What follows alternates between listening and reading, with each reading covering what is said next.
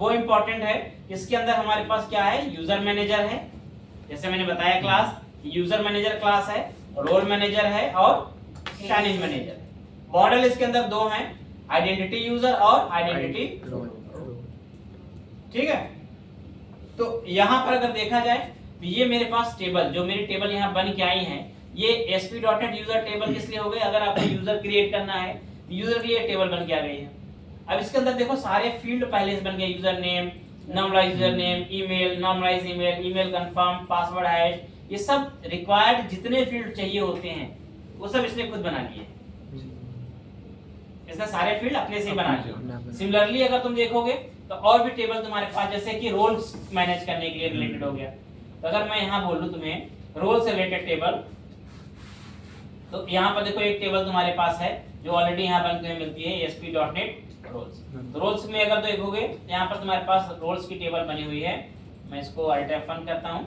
इसमें देखो रोल के लिए तुम्हारे पास ऑलरेडी टेबल बन गई, आईडी, नेम, रोल का name, normalise name, currency stamp, concurrency stamp, ठीक है, TN वर्कर। तो ये बेसिक चीज अपने पास यहाँ पर ऑटोमेटिकली यहाँ बन के आ गई। ठीक है, सिमिलरली अगर मैं बोलूं तो तुम्हारे पास ऐसी ही सारी टेबल बन के आई हुई है।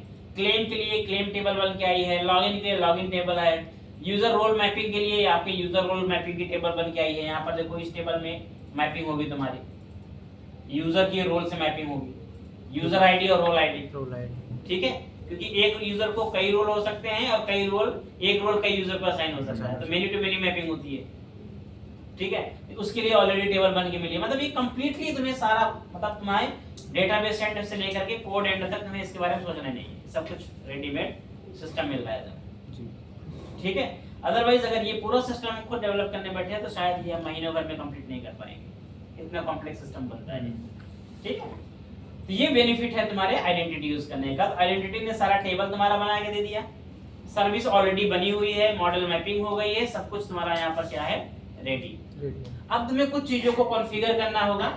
जैसे कॉन्फ़िगर क्या करना है कि भाई जैसे मैं एप्लीकेशन रन कराता हूँ, सबसे पहले मुझे सिक्योरिटी इनेबल करनी है। जैसे मैं यहाँ पर सबसे पहले एप्लीकेशन रन कराऊं तो मेरा डैशबोर्ड नहीं, मेरा सबसे पहले लॉगिन पेज खुलना चाहिए। सबसे पहले मेरा क्या खुलना चाहिए, लॉगिन पेज खुलना चाहिए। तो अब उसके लिए आपको 3 काम करने पड़ेंगे, छोटे छोटे 3 काम करने पड़ेंगे। नंबर 1 वर्क आपके पास ये होता है कि आपको सबसे पहले अपना जो सिक्योर कंट्रोलर है, जो सिक्योर, जैसे मेरा होम है, इट्स माय सिक्योर कंट्रोलर, इस कंट्रोलर पे जाके आपको एक एट्रीब्यूट यूज करना होगा, इट्स कॉल्ड द ऑथराइज।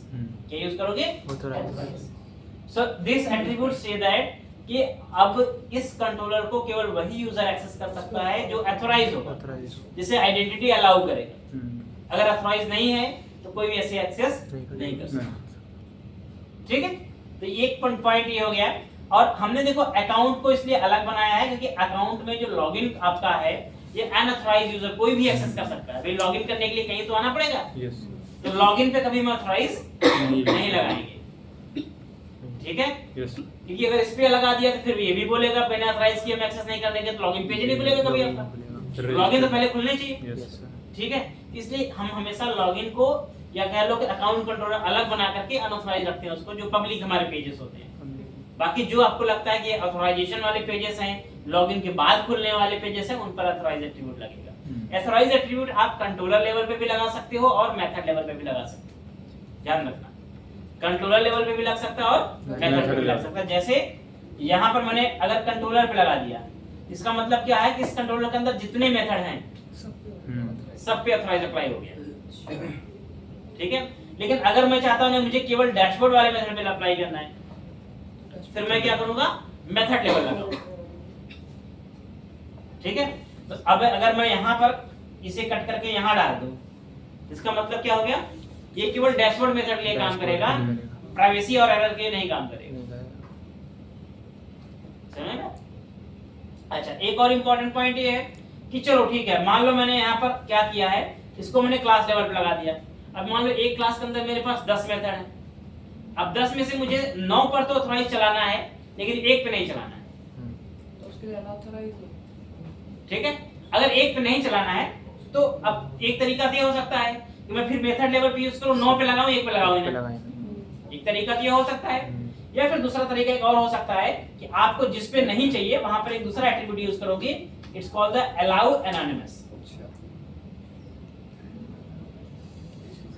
ये एट्रीब्यूट क्या कहेगा कि भाई जिस बाकी इस कंट्रोलर के अंदर जितने मेथड है सब पे तो चलाओ, ऑथराइज करो तुम, लेकिन इस पे तुम एनोनिमस अलाउ करोगे, मतलब कोई भी इसको एक्सेस कर सकता है। करेक्ट है? Yes sir. समझ आ रही बात? तो ये दो एट्रीब्यूट हैं जिन्हें हम यूज करते हैं अपनी जरूरत के हिसाब से। ठीक है, पहला काम तुमने कर लिया यहाँ पर, ऑथराइज इनेबल कर दिया। अब दूसरा काम करना तुम्हें program.cs के अंदर, जहां पर तुम आते हो, जहां पर तुम्हारी मिडलवेयर कॉल होती हैं, यहाँ पर तुम क्या करोगे, जहां पर यूज ऑथराइजेशन होता है, इसे जस्ट पहले तुम यूज करोगे यूज ऑथेंटिकेशन। क्या यूज करना है? यूज ऑथेंटिकेशन नाम का एक मिडलवेयर है, इसे कॉल करना है। पहले यूज ऑथेंटिकेशन, फिर यूज ऑथराइजेशन। ध्यान रखना ये मिडलवेयर के सीक्वेंस ऐसे होने चाहिए, क्योंकि पहले यूजर ऑथेंटिकेट होता है और फिर ऑथराइज होता है। ठीक है, ऑथेंटिकेशन ऑथराइजेशन में फर्क क्या हो सकता है, कैसे समझोगे क्या फर्क होता है दोनों में? ऑथेंटिकेशन तो सर हमको पासवर्ड या ईमेल आईडी वगैरह डाल ये तब ऑथराइज करना पड़ता, मतलब उसने वो अगर वो पास हो गया तो फिर ऑथराइज है। हाँ, मतलब ईमेल और पासवर्ड ने सही डाला तो फिर ऑथराइज हो जाएगा। तुम फिर ऑथराइज हो जाओगे उस सर्विस को एक्सेस करने के लिए। ये तो ऑथेंटिकेशन का क्या रहा? ऑथेंटिकेशन मतलब वैलिड यूजर और ऑथराइजेशन मतलब कि जिसको परमिशन हो आगे जाने की। सर ऑथेंटिकेशन में सर ऐसा हो सकता है कि HTTPS जो है वो ऑथेंटिकेशन हो गया और ऑथराइजेशन में जो हम उसके आगे जब काम करेंगे, मतलब कि अगर नहीं, ऑथेंटिकेशन देखो देखो दो एडमिन हो गया, बहुत सिंपल। हाँ बिल्कुल सही कह रहे हो, बिल्कुल सिंपल समझो। जैसे आप स्किल सेंटर आते हो तो सबसे पहले आप ऑथेंटिकेट होते हो, मतलब गेट पे आपका आईडी कार्ड चेक होता है, इट्स ऑथेंटिकेशन। ठीक है, अब ऑथेंटिकेशन मतलब हो गया, सक्सेस हो गया, इसका मतलब आप चेतू के अंदर या स्किल सेंटर में एंटर कर सकते हो। But after entering in skill centre कहां आप बैठ सकते हो, कहां जा सकते हो, इट मींस कौन से रिसोर्स को आप एक्सेस कर सकते हो, it depend on your roles and authorization. अगर आप ऑथराइज, भाई आप ऑपरेशन टीम में जाके नहीं बैठ सकते, क्यों नहीं बैठ सकते? क्योंकि आप ऑथराइज नहीं वहां के लिए। आप लैब में जाके बैठ सकते हो कि वहां के लिए ऑथराइज है। तो authorization decide what resource you can access, कौन सा रिसोर्स आपको एक्सेस होगा, ये आपका किससे डिसाइड होता है? ऑथराइजेशन से। ठीक है, तो ऑथराइजेशन मोस्टली क्या होता है? रोल बेस्ड होता है, क्लेम बेस्ड होता है, जिससे हमें रोल के बिहाफ पे, क्लेम के बिहाफ पे हमें एक्सेस अलाउ होता है, हम क्या एक्सेस कर सकते हैं और क्या नहीं कर सकते। ठीक है, तो ये नेचर होता है। और ऑथेंटिकेशन का मतलब है कि just enter in your application, application में एंटर करना है तो ऑथेंटिकेशन पास करना पड़ेगा। जब तक ऑथेंटिकेशन सक्सेस नहीं होता है तब तक आप एप्लीकेशन में एंटर नहीं कर सकते। तो इसलिए पहले हम मिडलवेयर कॉल करते हैं ऑथेंटिकेशन की, एंड देन कॉल करते हैं ऑथराइजेशन। क्लियर है पॉइंट? ठीक है, अब ये दूसरा काम आपने कर लिया। अब तीसरा काम आपके पास है, जहां आइडेंटिटी कॉन्फ़िगर किया है। अब यहाँ पर कुछ हम रीडायरेक्ट यूआरएल वगैरह कॉन्फ़िगर करते हैं। इट्स वेरी सिंपल, एक छोटा सा कॉन्फ़िगरेशन है, ठीक है, जिसे हमें कॉन्फ़िगर करना है। तो सबसे पहले तो यहाँ पर एक आपको कॉन्फ़िगरेशन देना होगा। ये एक सिंपल सा कॉन्फ़िगरेशन है, इसको समझाता हूँ। तो यहाँ पर देखो, builder.services कॉन्फ़िगरेशन एप्लीकेशन कुकी। अब इस एप्लीकेशन कुकीज में क्या कॉन्फ़िगर करते हैं, हम वहां पास देते हैं कि भाई हमारे एप्लीकेशन का लॉगिन पाथ, लॉगिन पाथ क्या होना चाहिए और लॉग आउट पाथ क्या होना चाहिए। कि अगर मान लो यूजर ऑथेंटिकेटेड नहीं है तो कौन सा लॉगिन पाथ को एक्सेस करेगा ये, या किस पेज पे जाएगा। अगर ऑथेंटिकेटेड है, ठीक है, तो कहां जाएगा, या फिर अगर लॉग आउट पे क्लिक किया गया तो लॉग आउट पे कहां जाएगा, या लॉग आउट कराना होगा तो कहां भेजेगा। तो यहाँ पर आपका बेसिक सी कॉन्फ़िगरेशन है। आप इसमें ऑप्शंस डॉट करेंगे, यहाँ पर आपको और भी चीजें मिलेंगी। रिटर्न यूर प्रोवाइड पैरामीटर्स हो गए, access denied path. Access denied path भी हम डिफाइन कर सकते हैं कि भाई अगर मान लो यूजर ऑथराइज नहीं है और जबरदस्ती और यूआरएल को हिट कर रहा है तो किस पेज पे जाना चाहिए उसे। तो यहाँ पर हम अपने सारे पेजेस के कॉन्फ़िगरेशन सप्लाई कर देते हैं, यूआरएल उसको कॉन्फ़िगर कर देते हैं कि भाई लॉगिन का पाथ क्या होगा, लॉग आउट का क्या होगा, एक्सेस डिनाइड का पाथ क्या होगा। ठीक है, ये सारी चीजें आप यहाँ पर कॉन्फ़िगर कर दीजिए। आपका यहाँ पे ऑथेंटिकेशन जब होगा तो एक्सपायरेशन टाइम वगैरह क्या आप रखने वाले हैं, ऑथेंटिकेशन कितने टाइम के लिए चलेगा, तो ये सारी कहानी आप यहाँ पर यूज कर सकते हैं या कॉन्फ़िगर कर सकते हैं। नंबर 1 ये होता है।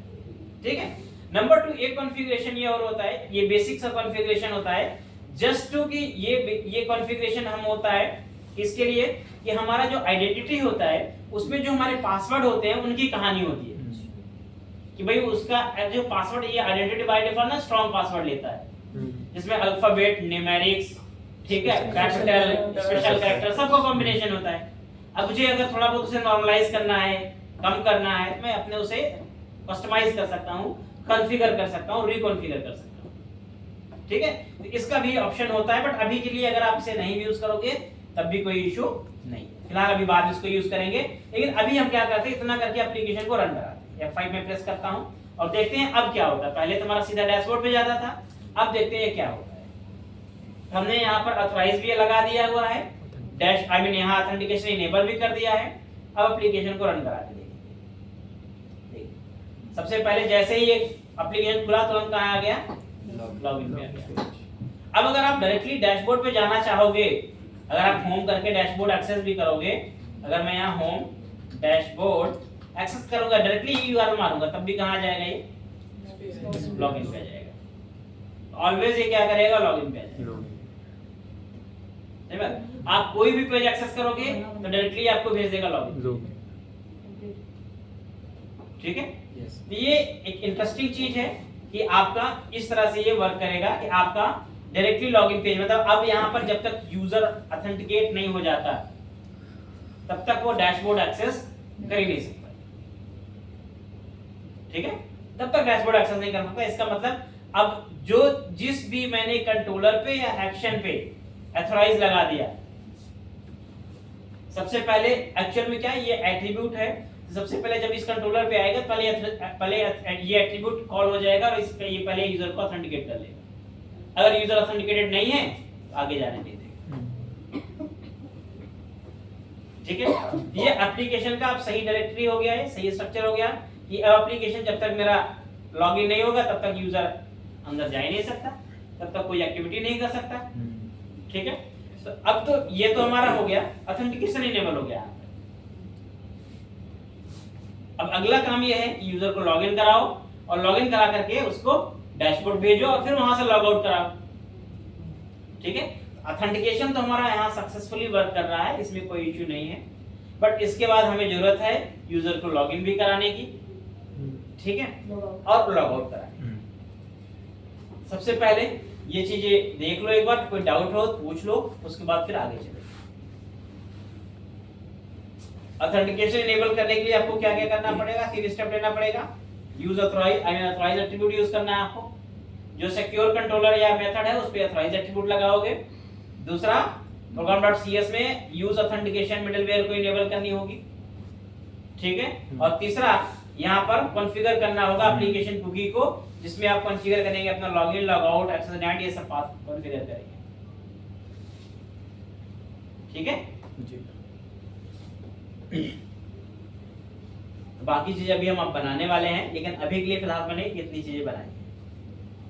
अब अगला काम ये है, हो सकता है यहाँ पर है भाई, सबसे पहले नेक्स्ट लेवल पे मैं कहूँ कि मुझे ये कॉन्फ़िगरेशन भी देना है, क्योंकि मुझे पासवर्ड थोड़ा सा अपना लाइट रखना है, बहुत ज्यादा स्ट्रॉन्ग नहीं रखना।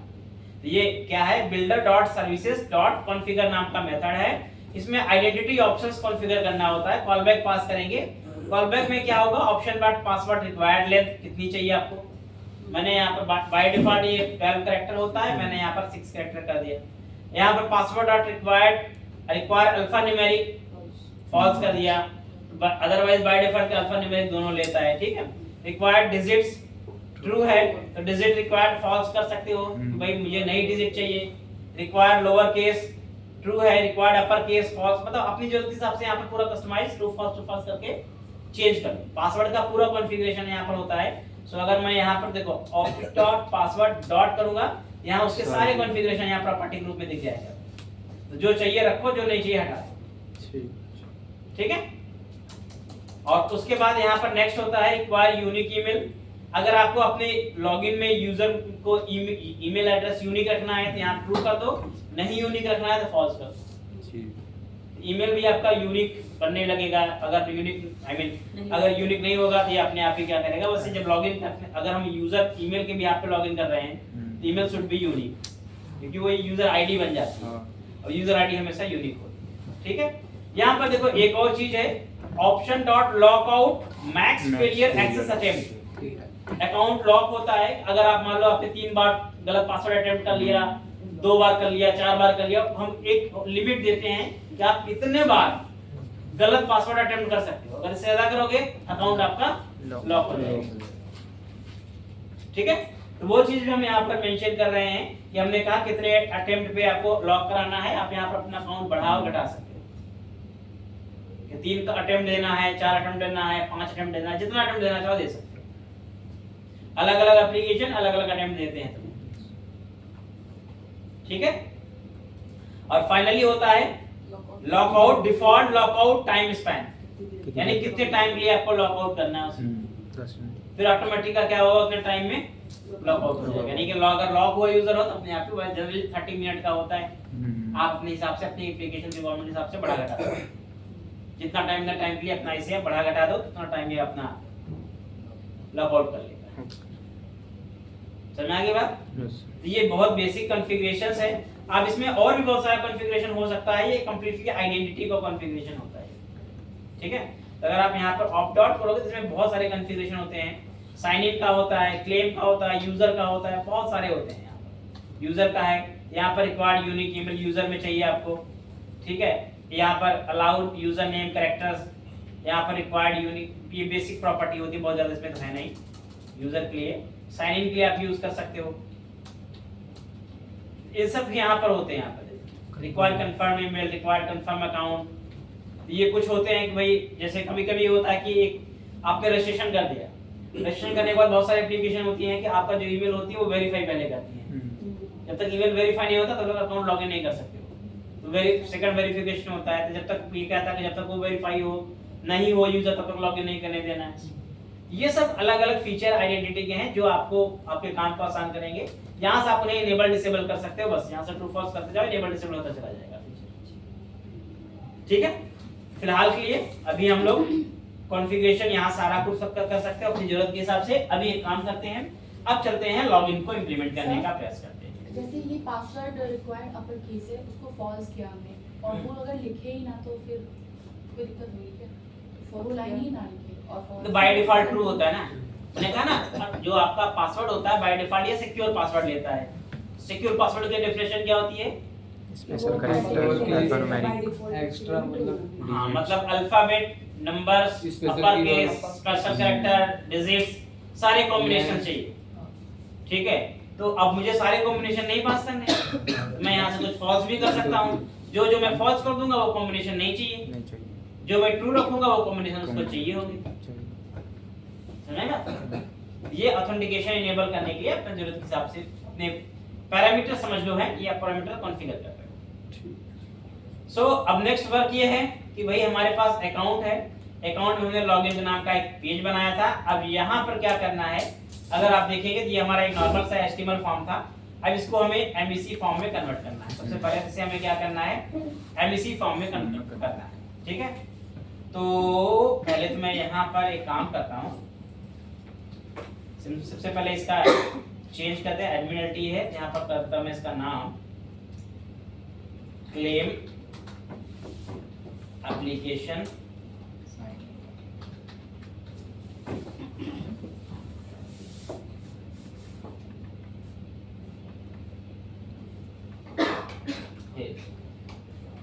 ये मैंने बना दिया claim application. Sign in start your, I mean जो भी है ये तो रख दो, कोई दिक्कत नहीं है। अब एक काम करते हैं, एक मॉडल बनाते हैं, व्यू मॉडल। सबसे पहले तो एक व्यू मॉडल चाहिए अपने को, जहां से हम क्या करेंगे, जहां से हम लोग आई मीन सबसे पहले इसको मैप करना पड़ेगा। एक क्लास बना लो, ठीक है, और यहाँ पर यूजर लॉगिन नाम से बना लेते हैं।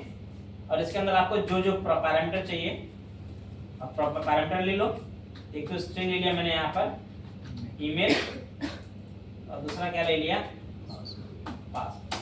ठीक है, और तीसरा आप ले सकते हो एक और चीज यहाँ पर जो कि बूल टाइप का होता है। ठीक है, एक होता है इज रिमेम्बर। इज रिमेम्बर मतलब होता है जब पासवर्ड हम लोग कुकीज में सेव करते हैं ना, ये उसके लिए होता है। आप इसे इनेबल डिसेबल कर सकते हो, आपकी चॉइस है, नहीं करना आप नहीं रखोगे तभी चलेगा। फिलहाल के लिए मैंने यहाँ पर आपका ईमेल और पासवर्ड दो मेन प्रॉपर्टी ली है लॉगिन के लिए, ठीक है। अब क्या करेंगे, सबसे पहले तो अपना फॉर्म को कस्टमाइज करिए। यहाँ पर @model डॉट जो भी आपके पास है यहाँ पर क्लेम ऐप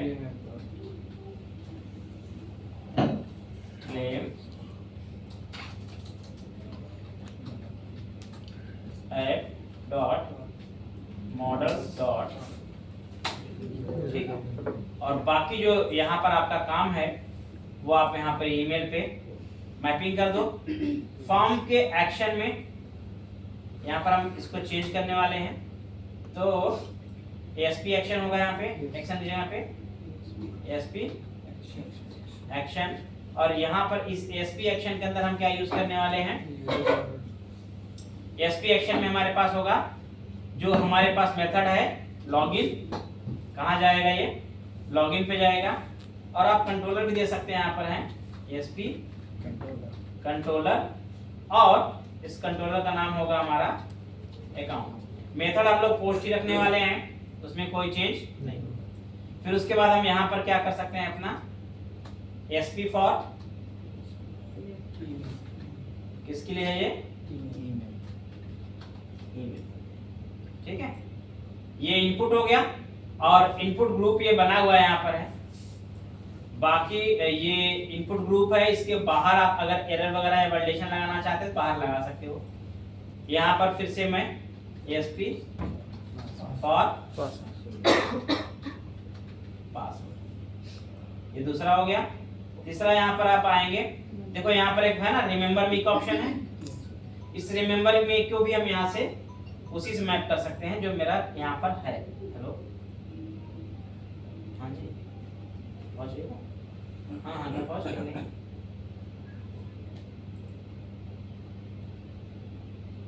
अच्छा कोई बात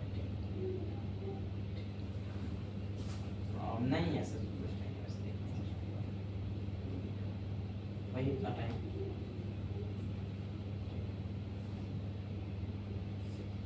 ठीक है, तो यहाँ पर रिमेंबर भी है, यहाँ पर आप क्या कर सकते हैं, ASP फॉर यूज कर सकते हो, किसके लिए, यहाँ पर इज रिमेंबर, ठीक है। ये हो गया। प्लस यहाँ पर इनपुट टाइप सबमिट बटन है ही, कोई इश्यू नहीं है। जब सबमिट करोगे तो आपका ये जाएगा, सब काम सबमिट करेगा और आपका कहाँ लेके जाएगा, ये लॉगिन पे जाएगा, ठीक है। अब आपको क्या करना है, इधर एक लॉगिन का पोस्ट मेथड बन जाएगा,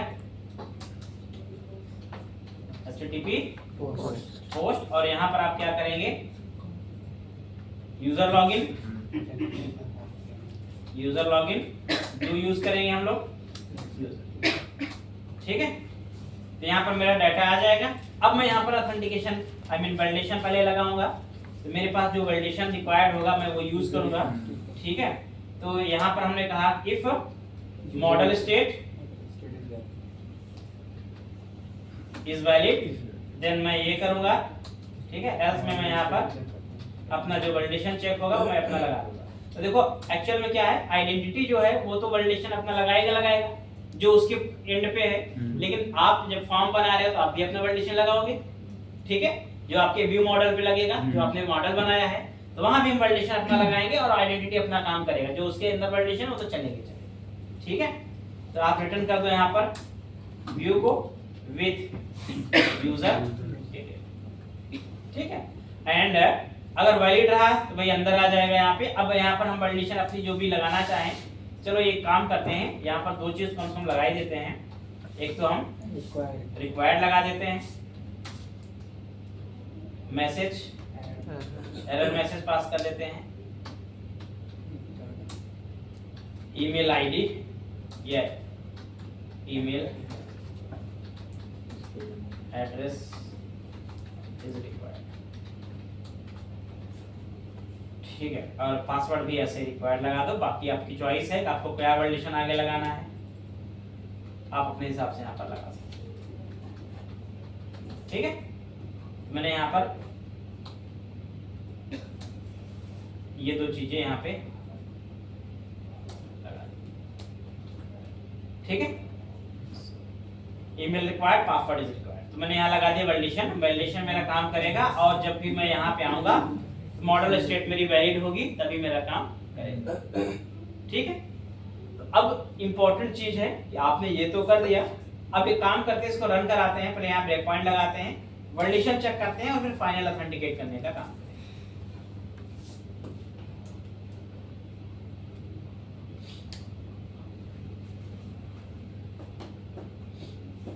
तो सबसे पहले यहाँ आ गया, यहाँ पर आपने कोई ईमेल सबसे पहले आप एंटर करोगे। ठीक है, तो सबसे पहले कोई ईमेल मैंने डाला, मान लो abc@gmail.com, पासवर्ड डाल दिया मैंने, मान लो टेस्ट। ठीक है, और मैंने साइन इन पे यहाँ पे क्लिक किया तो ये ब्रेक पॉइंट पे गया। यहाँ पर अगर आप यहाँ देखोगे मेरा डेटा यहाँ पे आ गया है। ठीक है, तो यहाँ पर ईमेल आपका आ गया, इज रिमेंबर फॉल्स आ गया, पासवर्ड आ गया, इंफॉर्मेशन इज करेक्ट, सब कुछ सही आ रहा है। एफटेल करेंगे, मॉडल स्टेट मेरा वैलिड है, अंदर चला गया। ठीक है, तो अब यहाँ पर मेरा काम हो गया, मतलब मेरा लॉगिन का जो एक्चुअल कोड है, जो एक्चुअल लॉजिक है, मैं यहाँ लिखूंगा। यहाँ लॉजिक लिखूंगा कि अगर मेरा यूजर वैलिड है, आई मीन लॉगिन सक्सेसफुल है, वैलिड यूजर नेम पासवर्ड दे रहा है, लॉगिन करा दूंगा, अदरवाइज मैं फेल करा दूंगा। ठीक है, number 1 point. Number 2 point, login तो मैं तब करा सकता हूँ कि जब मेरे पास कोई यूजर होगा। पहले तो मुझे क्या करना पड़ेगा, यूजर को क्रिएट करना पड़ेगा, यानी कि साइन अप करना पड़ेगा। बिना साइन अप किए तो मैं लॉगिन करा ही नहीं सकता, क्योंकि यूजर जब है ही नहीं तो मैं किसको लॉगिन कराऊं। ठीक है, तो फर्स्ट ऑफ ऑल एक मुझे पेज बनाना पड़ेगा जहां पर मुझे नया रजिस्टर्ड यूजर करना पड़ेगा। एटलीस्ट मैं एक यूजर क्रिएट करूंगा, एक यूजर एटलीस्ट क्रिएट करूंगा, और उसके बाद आप चाहो तो यूजर को अलग से पेज बनाओ, जैसे मन चाहो वैसे कर लो, कोई इशू नहीं। ठीक है, तो एक काम करेंगे, बहुत सिंपल सा काम करेंगे कि मैं एक यूजर क्रिएट करने के लिए एक अलग से पेज नहीं बनाऊंगा। मैं सिंपल क्या करूंगा कि एक मेथड बनाऊंगा, उस मेथड के अंदर मैं डायरेक्टली यूजर यहाँ पर बना दूंगा, और उसके बाद आप उसको बाद में क्या कर सकते हो, उस यूजर को बाद में आप अपनी जरूरत के हिसाब से जो भी करना चाहो, अब मतलब पेज जैसे लॉगिन का पेज बना वैसे यूजर क्रिएट करने का भी पेज बन जाएगा।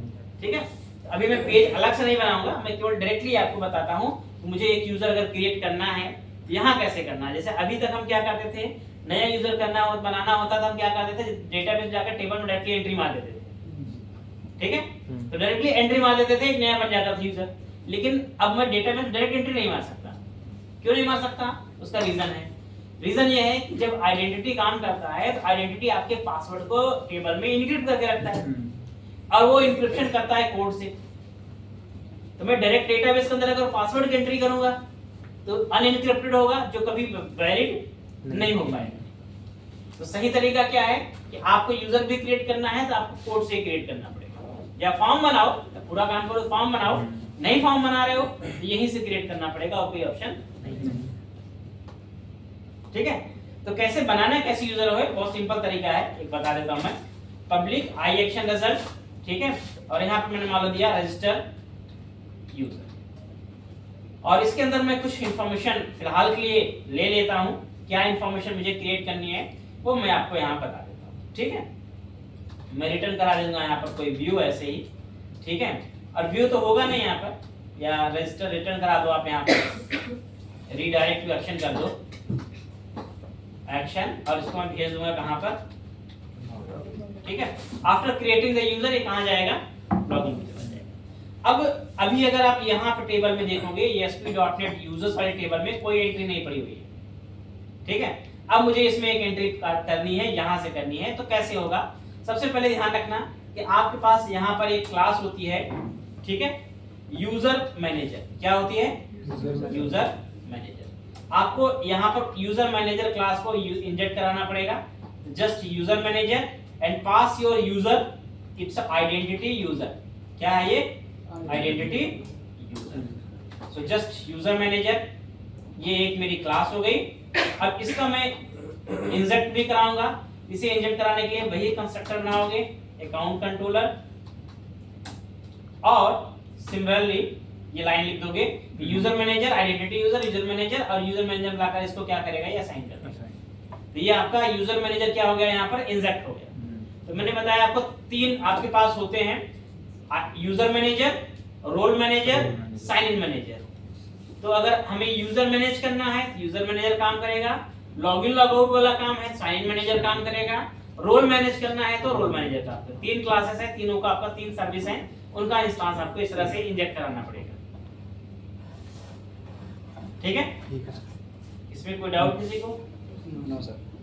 अब हम क्या करेंगे, सिंपली यहाँ पर चलेंगे और एक वेरिएबल सिंपल बनाएंगे, user equal to new user, I mean identity user, not this one, identity user. अब आइडेंटिटी यूजर में कुछ इंफॉर्मेशन आपको जो सेट करनी है यूजर की, आप सेट कर लो यहाँ पर। जैसे यहाँ पर आप यूजर की क्या क्या इंफॉर्मेशन देना चाहते हैं, यूजर नेम देना चाहते हैं, ठीक है, यूजर नेम मैं जो भी आपके पास यूजर नेम देना चाहते हो मैं यहाँ दे सकता हूँ। अभी मैं नेम नहीं है, यूजर नेम है, चलो मैं एक काम करता हूँ, मैं यहाँ पर एक नेम देता हूँ akash@123@gmail.com। ये मेरा क्या है, यूजर नेम हो गया। यूजर नेम मतलब जो लॉगिन, जिससे आप लॉगिन करोगे, नेम नहीं, नेम अलग चीज होती है, वो आप बना सकते हो बाद में जरूरत आपको है, वो एक्सटेंड कर सकते। ईमेल एड्रेस, ईमेल यहाँ पर आप, मैं सेम दूंगा यहाँ पर, जनरली यूजर नेम और ईमेल दोनों क्या होगा, सेम होगा, क्योंकि उसी से हम लॉगिन भी करते हैं और वही हमारा वो भी होता है। ठीक है, एंड देन उसके बाद आप यहाँ पर पास कर सकते हो और क्या क्या इंफॉर्मेशन देना है, फोन नंबर देना है, ठीक है, फोन नंबर आपको देना है यहाँ पर, जो भी आप देना चाहो। मान लो मैंने यहाँ पर दिया समथिंग, ये मेरा क्या हो गया। फिर उसके बाद आप क्या इंफॉर्मेशन है, ईमेल कंफर्म, ईमेल कंफर्म आप दे सकते हैं, भाई ईमेल कंफर्म हो चुका है, मैं यहाँ पर कर देता हूँ इसे अलाउ ट्रू, ठीक है, वैसे जरूरत नहीं इसकी है। इसके अलावा ये सारी प्रॉपर्टी इसमें है, देखो तो आपको क्या क्या असाइन करना है, क्या क्या देना है आप देख लो, बट मैं यहाँ पर बेसिक इंफॉर्मेशन, मतलब मेनली मैंने 2 इंफॉर्मेशन दी है, इसी के साथ मुझे काम करना है, ठीक है। पासवर्ड भी देंगे, कोई इशू नहीं है, ठीक है, तो ये 2 चीज दिया। हाँ, पासवर्ड भी दे सकते हैं यहाँ पर हम लोग, password hash is equal to, यहाँ पर मैं पासवर्ड दे सकता हूँ, मान लो मैंने दिया यहाँ पर test@12345, ठीक है, ये मेरा क्या रहा, पासवर्ड। अब हाँ ठीक है, कोई इशू नहीं, यही दे देते हैं, तो याद रखना बस, ये आपका बाद में हैश हो जाएगा, ठीक है। ये मेरे पास मॉडल में मैंने अपना क्या किया, डेटा सेट कर लिया। ये मॉडल जो आइडेंटिटी यूजर है, ये आइडेंटिटी का बाय डिफॉल्ट है, ठीक है। तो हम क्या करेंगे यहाँ पर, यूजर मैनेजर जो मेरे पास क्लास बनी हुई है, यही बनाया हमने है, यूजर मैनेजर डॉट। अब यहाँ पर देखोगे आपके पास बहुत सारे मेथड होंगे, ठीक है, तो यहाँ पर आप देखोगे बहुत सारा मेथड होगा। क्रिएट असिंक है, देखो यहाँ पर क्रिएट असिंक है, और डिलीट असिंक है, क्रिएट करना है, डिलीट करना है, कंफर्म ईमेल करना है, पासवर्ड चेक करना है, देखो सारी चीजें यहाँ पर फाइंड करना है, ये सारा कुछ आपके पास यहाँ अवेलेबल है, ठीक है। फिलहाल के मैं अभी क्या करता हूँ, बहुत सारे मेथड इसमें अवेलेबल है, ये सब काम आने वाली मेथड है, ठीक है, बहुत सब कुछ ये हैं। तो हम यहाँ यूज क्या करेंगे, क्रिएट असिंक, और इसमें मॉडल के आप देखो, इसके 2 वर्जन हैं, एक आपके पास होगा यहाँ पे यूजर, दूसरा क्या जाएगा, पासवर्ड जाएगा, ठीक है। तो यूजर मैं दूंगा यहाँ पर आइडेंटिटी यूजर, ये यूजर मैंने ऑब्जेक्ट बनाया है, और पासवर्ड मैं यहाँ अलग से पास करूंगा। कैसे पास करूंगा, यूजर डॉट पासवर्ड हैश, यहाँ मैंने सेट किया है ना ये पासवर्ड, यहाँ मैंने इसको पास कर दिया। अब देखो चूंकि ये मेथड मेरा एसिंक्रोनस है, तो हमें क्या करना पड़ेगा, अपने कंट्रोलर के एक्शन को भी एसिंक्रोनस बनाना पड़ेगा। कैसे बनाओगे, async task of I action, ठीक है। और फिर यहाँ पर मैं यूज करूंगा क्या, where result equal to await, await, ठीक है।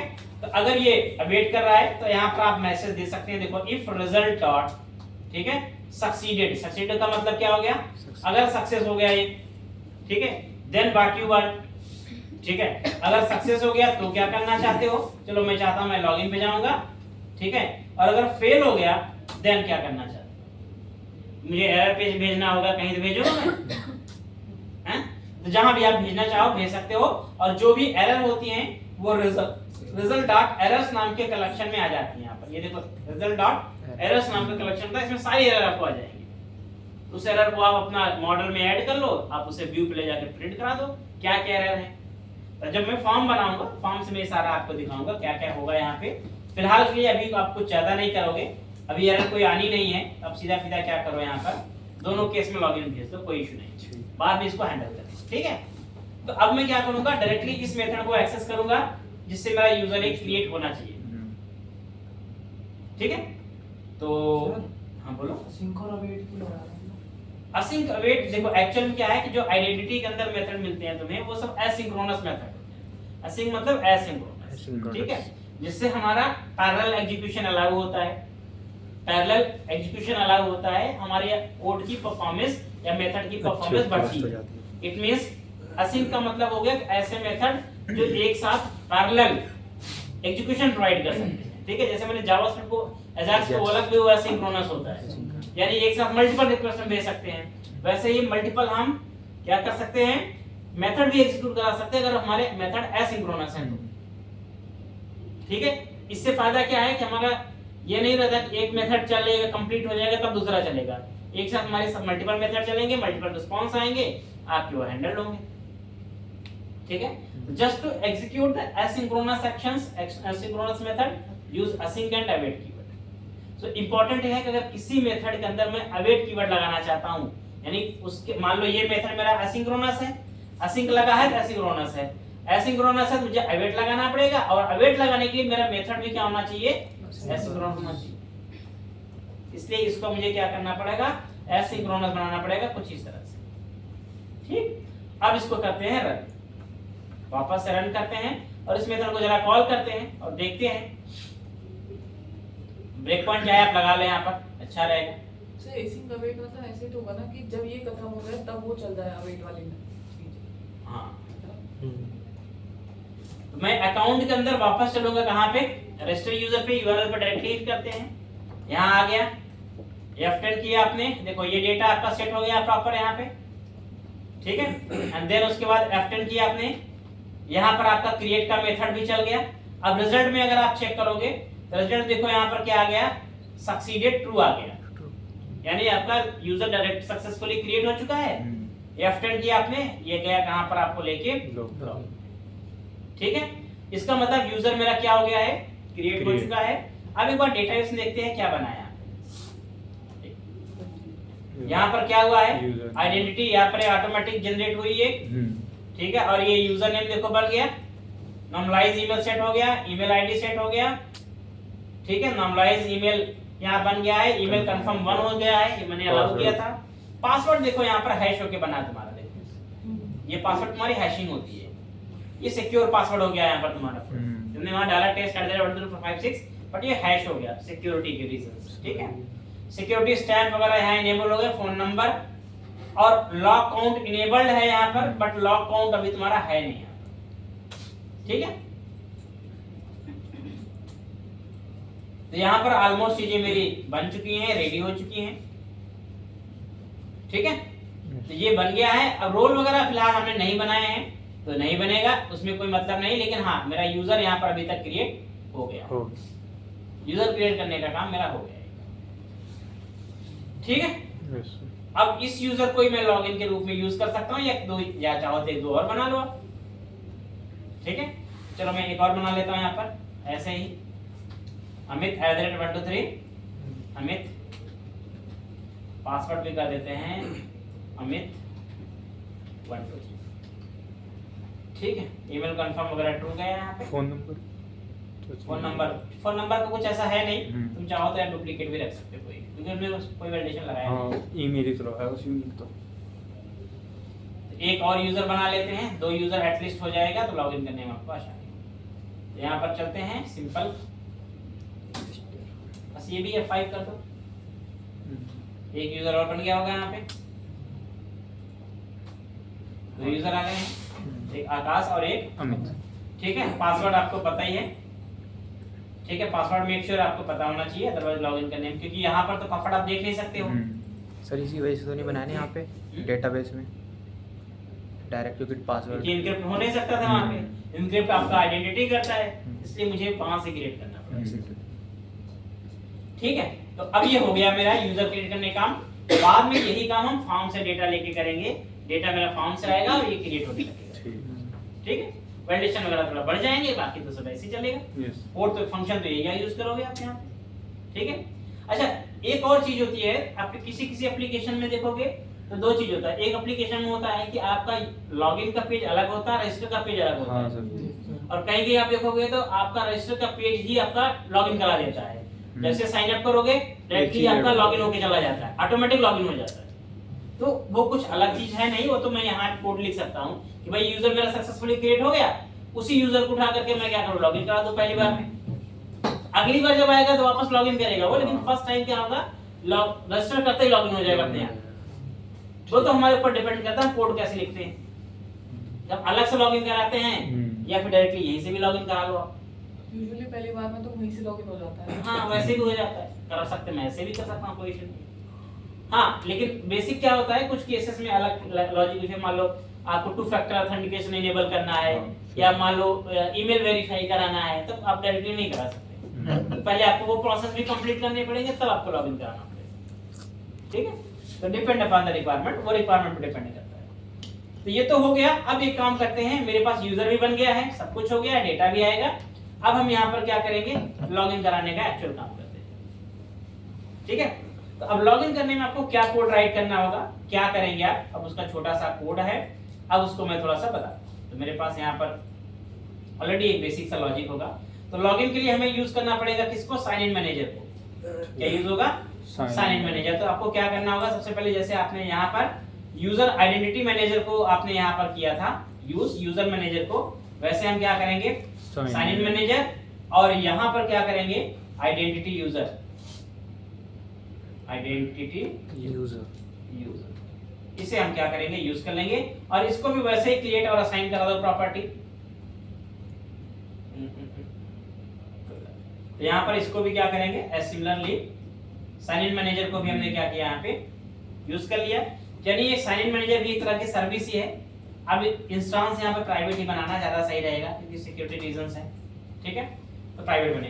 तो अब यहाँ पर देखो, जैसे ये यूजर मैनेजर से हम लोग यूजर मैनेज कर पा रहे हैं, क्रिएट अपडेट डिलीट कर पा रहे हैं, वैसे हम साइन इन मैनेजर से लॉगिन लॉग आउट करेंगे। ठीक है, ये मेरी क्लास का इंस्टेंस बन गया। अब यहाँ पर मेरा एक्चुअल कोड आएगा, इधर आएगा। अगर वैलिड रहा तब मैं क्या करूंगा, यहाँ पे यहाँ पर मेरे पास कुछ कोड है। वो कोड क्या है, सबसे पहले मुझे क्या करना पड़ेगा, यूजर फाइंड करना पड़ेगा कि भाई जो ईमेल आईडी आपने डाली, यूजर नेम डाला, वो यूजर है या नहीं। ठीक है, तो where यहाँ पर आपने डाला where user exist equal to, ठीक है, आप यहाँ पर यूज कर सकते हैं sign in manager, sorry sign in manager नहीं, अभी तो यूजर मैनेजर यूज करोगे, user manager dot find by email async. ठीक है, यहां पर मैं डालूंगा email ID, so user dot email. ये क्या करेगा, पहले तो ये चेक करेगा कि भैया ये जो यूजर हमने यहाँ ईमेल दिया, इस ईमेल का यूजर एग्जिस्ट कर भी रहा है, नहीं कर रहा है। तो हमें सबसे पहले यहाँ पे आएगा, अगर मिल गया तो ठीक है, नहीं तो नल आ जाएगा। ठीक है, अब देखो ये एसिंक्रोनस फर्दर है, तो वापस इसको भी मुझे क्या करना पड़ेगा, असिंक बनाना पड़ेगा। तो आप हमेशा एसिंक्रोनस बना के चलेंगे। अब आइडेंटिटी से आपके सारे एक्शन जो होंगे वो एसिंक्रोनस बनेंगे। ठीक है, so just use the await. तो हमने कहा अगर मिल गया। अब यहाँ पर चेक करते हैं, if user exist not equal to null, अगर नल नहीं है तब तो मैं लॉगिन करा सकता हूँ, एल्स मैं यहाँ पर क्या कर सकता हूँ, मॉडल स्टेट में एरर ऐड कर सकते हैं। ठीक है, तो मॉडल स्टेट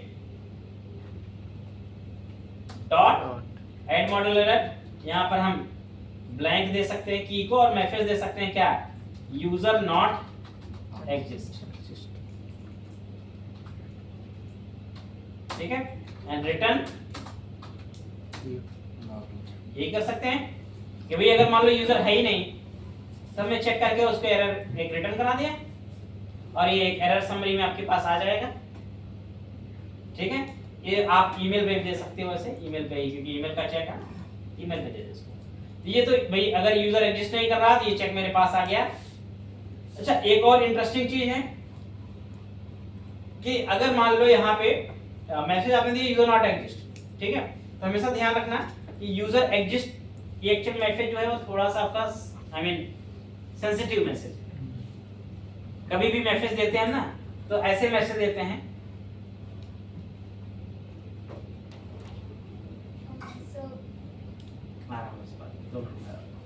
ठीक है, हम ऐसे मैसेज देते हैं यहाँ पर यूजर, या मैसेज दे सकते हैं password invalid.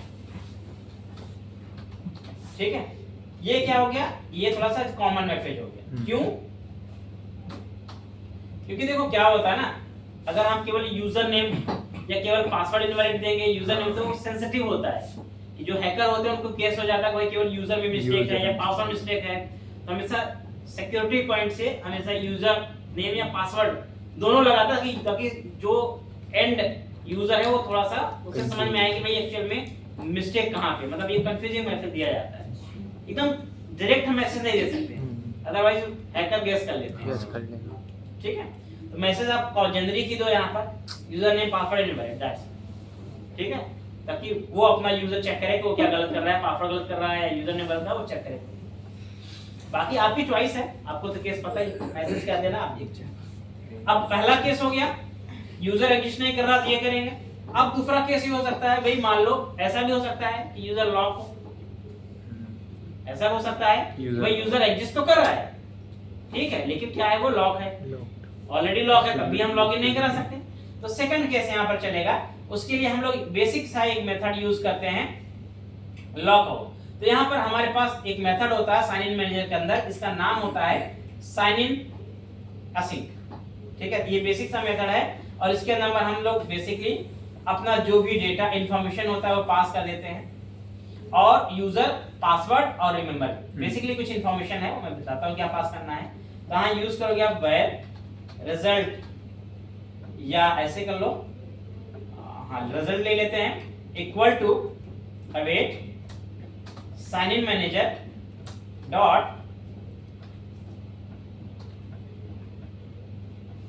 Sign in manager dot आपको ये मेथड यूज करना है, दिस वन। ठीक है, अब इसके अंदर पासवर्ड साइन इन असिंक, इसके अंदर पैरामीटर क्या क्या जाएगा, नंबर 1 जाएगा यूजर एग्जिस्ट आइडेंटिटी यूजर, ये जो आपने गेट किया पहला हो गया। दूसरा क्या जाएगा, पासवर्ड जाएगा, तो पासवर्ड आपका कहां से आ रहा है, यहाँ पे यूजर डॉट पासवर्ड से आ रहा है। तीसरा चीज पैरामीटर इसके अंदर जाता क्या है, बाकी तो ऑप्शनल वैसे हैं, लेकिन तीसरा आप इसके अंदर पास करते हो कि आपका जो बेसिकली यहाँ पर थोड़ा सा छोटा करना पड़ेगा मुझे क्योंकि ये इतना बड़ा स्क्रीन आ जाता दिखता नहीं पूरा है ना। यहाँ पर तीसरा पैरामीटर तुम्हारा हो जाएगा बोल इज परसिस्टेंट। इज परसिस्टेंट मतलब वही हो गया कुकी इज परसिस्टेंट का मतलब हो गया कि आप अपने डेटा को कुकी में सेव करना चाहते हो नहीं करना चाहते हो। अगर पासवर्ड सेव करना चाहते हो तो ट्रू जाएगा, अदरवाइज फॉल्स जाएगा। तो मैं यहाँ पर यूजर डॉट इज रिमेंबर का मैंने लिया था, फिर वो रख दिया और यहाँ पर बूल एक और लास्ट फील्ड आपके पास है log count I mean false, I mean इसको मैं फॉल्स पास करता हूं बाय डिफॉल्ट यहाँ पर। ठीक है, so all the parameters are done, मैंने सारे पैरामीटर यहाँ पर पास कर दिए हैं। ठीक है, देखो यहाँ पर अभी के लिए ये चीज होता है, एक last parameter log out on failure. तो अगर आपका यूजर फेल होता है लॉगिन, तो क्या उसे आप लॉग करना चाहते हो, यस या नो। तो अगर मैं ट्रू पास कर दूंगा तो मैंने जो वहां सेट किया 3 अटेम्प्ट पे, तो 3 अटेम्प्ट क्या करेगा ऑटोमेटिक उसे वो लॉक कर देगा। ठीक है, फिलहाल अभी मैं ऐसा नहीं चाहता हूं, इसलिए मैंने इसको क्या कर दिया फॉल्स। अब यहां पर एक काम करेंगे, इफ चेक करेंगे, इफ, ठीक है, इफ रिजल्ट डॉट क्या चेक करना आपको होगा, अगर ये क्या है सक्सीडेड है, अगर सक्सीडेड है, ठीक है, तो हम क्या करेंगे यहाँ पर रिटर्न रीडायरेक्ट टू एक्शन। कहां जाओगे आप, यहाँ पर एक्शन आपका यहाँ पर क्या रहेगा, action is the dashboard, controller क्या रहेगा, ये जाना है आपको। ठीक है, ये यहां चला जाएगा और एल्स इफ मैं यहां यूज कर सकता हूं, एल्स इफ अब यहां एल्स इफ में क्या लगाएंगे, if result dot is logged out, अगर यूजर क्या है लॉग्ड आउट है, तो हम यहाँ पर मैसेज भी यूजर को थ्रो कर सकते हैं। ठीक है, तो यहाँ आपके पास मैसेज जाएगा, तो ऑर्डर हम यहाँ पर दे सकते हैं, आप ईमेल पे दे दो यूजर अकाउंट इज लॉक्ड या your account has been locked contact to administrator.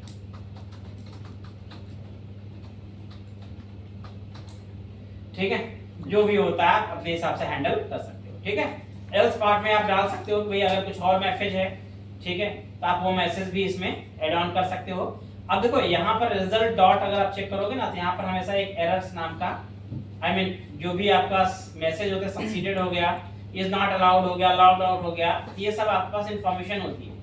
ठीक है, तो आपकी चॉइस है, फिलहाल यही इंफॉर्मेशन होगी और इस इंफॉर्मेशन के साथ आपका अकाउंट लॉगिन हो जाएगा। तो अगर लॉक होगा तो ये मैसेज आएगा, नहीं हो चेक करेगा तो ये मैसेज आएगा। ठीक है, और अगर मान लो एक और एल्सिफ लगा लो, elsif result dot not allowed. ठीक है, तो आप वापस यहाँ पर एक वापस मैसेज बना लो और इसमें केवल यही मैसेज पास करूंगा, फिर से मैं जेनरिक मैसेज ही डालूंगा इसमें। ठीक है, यही डालू, जेनरिक मैसेज सही रहता है। तो बस इतनी सी बात है। अब इसको करते हैं लॉगिन और चेक करते हैं कि यहाँ पर यूजर हमारा सक्सेसफुल लॉगिन होता है या नहीं होता है। ठीक है, अब लॉगिन के बाद चूंकि लॉग आउट करना भी पड़ेगा, तो यहाँ पर सीधे सीधे आप साइन आउट मेथड भी इंप्लीमेंट करना पड़ेगा, अदरवाइज वो अभी आपका दिक्कत ही करेगा। तो पब्लिक यहाँ पर मैं काम करता हूँ, साइन आउट भी लगे हाथ बना देता हूँ, उसमें ज़्यादा कुछ होता नहीं है। इसका नाम दे दो आप यहाँ पे साइन आउट का नाम मैं किस बिहाफ पे दूंगा, जो मैंने नाम यहाँ दिया होगा, यही दिया मैंने अकाउंट के अंदर साइन आउट, मैं सेम नाम यहाँ दूंगा।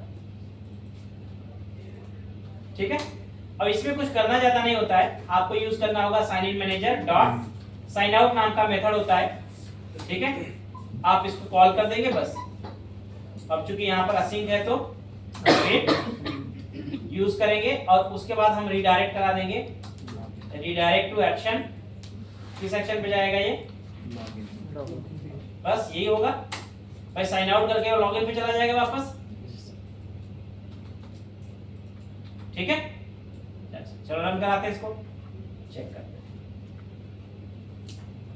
तो साइन इन और साइन आउट का काम तो हो गया है, लेकिन अभी इसमें बहुत कुछ हैंडल करना है, वो हम देखेंगे कैसे हैंडल करेंगे। फिलहाल के लिए मैं यहाँ पर सबसे पहले abc@gmail.com समथिंग पासवर्ड डालता हूँ।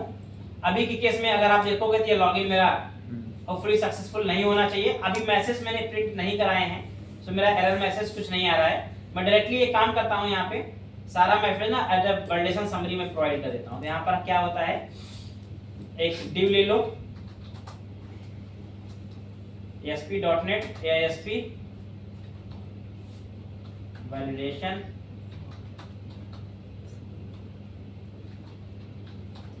समरी।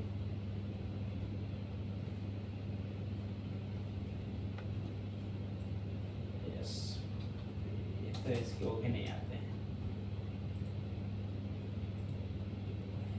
नहीं आ रहा है, शायद मैंने कुछ दिक्कत की है इसमें। डेटा एनोटेशन है तो ऊपर व्यू रिपोर्ट्स पे हेल्पर तो एडेड है यहाँ पे, और अगर मैं हेल्पर को लेआउट में ले चलूँ, सीधा मैं ये काम करता हूँ, अपना लॉगिन में डाल देते हैं।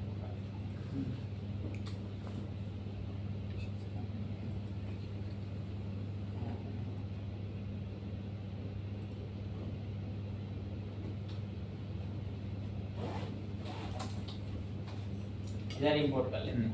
फिलहाल मुझे सपोर्ट चाहिए, दैट्स वाई मुझे अभी भी नहीं मिलता है। इसमें कुछ तो मिस्टेक होगा या फिर हो सकता है इसको फिर क्लीन करना पड़े, कोई बात नहीं, क्लीन करो।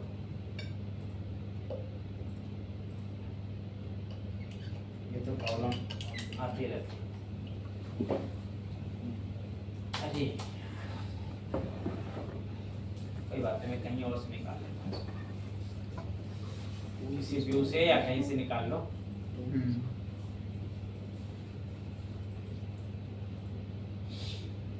ASP ऑल इसे कॉल करो, तो वैलिडेशन का मैसेज मेरे आ जाएंगे यहाँ पर। अब इसे कहाँ चाहिए आपको मैसेज वैलिडेशन के, वो आपको ध्यान रखने पड़ेंगे। मैं फिलहाल के लिए ऊपर ऊपर ही सारे मैसेज प्रिंट कराता हूँ, आप चाहे जहाँ से वहाँ प्रिंट करा देना। अभी सारा अलग अलग मैसेज नहीं, मैं एक ही जगह सारा मैसेज चिपका देता हूँ। तो यहाँ सबसे पहले कोई ईमेल डालते हैं और कोई पासवर्ड डालते हैं, साइन इन किया, invalid user name, password invalid, ठीक है, मैसेज आपके पास आ गया। अब एक बार ठीक मैंने पास कर दिया है, एक बार मैं यहाँ पे मैंने गलत पास किया है, एक बार करेक्ट यूजर नेम पासवर्ड पास इसमें कर, सर एकदम बढ़िया सर, अपडेट करना। ठीक है। तो एक काम करते हैं यहाँ पर, ये यूजर था मेरे पास और पासवर्ड मेरे पास amit@123 है, इसे पास करें एक बार और देखते हैं लॉगिन होता है या नहीं होता है। amit@123 साइन इन, लॉगिन हो गया और डैशबोर्ड पे भी विजिट कर, ठीक है।